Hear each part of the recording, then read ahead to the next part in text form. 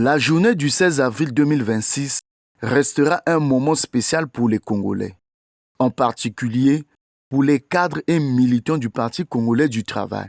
Cette date, marquant l'investiture du chef de l'État réélu, ouvre une nouvelle page dans la vie politique nationale.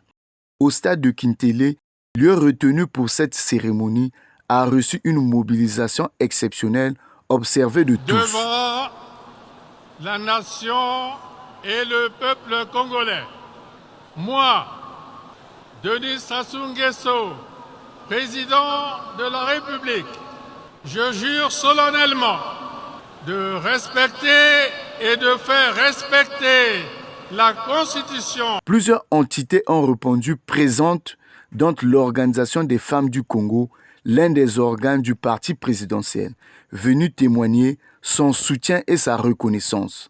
C'est mes impressions personnelles. Je dirais qu'aujourd'hui, c'est un grand jour pour le peuple congolais. Il a félicité le président Denis Sassou Nguesso à 94,90%. 94,90%. C'est un grand jour aujourd'hui où il vient prêter serment devant le peuple congolais afin de poursuivre, d'accélérer la marche vers le développement. Je suis de l'Organisation des femmes du Congo. Le message qu'on peut envoyer à notre champion, c'est que les femmes sont derrière lui.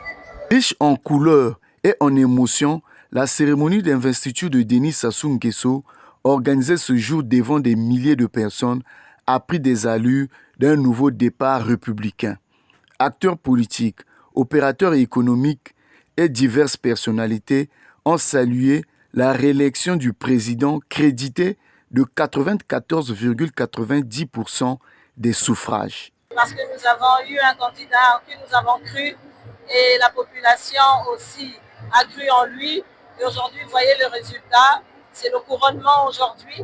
Et nous ne pouvons que nous satisfaire de ce résultat, tous ceux qui ont contribué bien sûr à cette campagne qui a été une campagne faite dans la paix, une campagne vraiment qui était une réussite totale à tous les niveaux. Le peuple devrait être confiant et attendre de voir ce que le président est encore capable de faire. Nous allons l'accompagner dans ce mandat nouveau.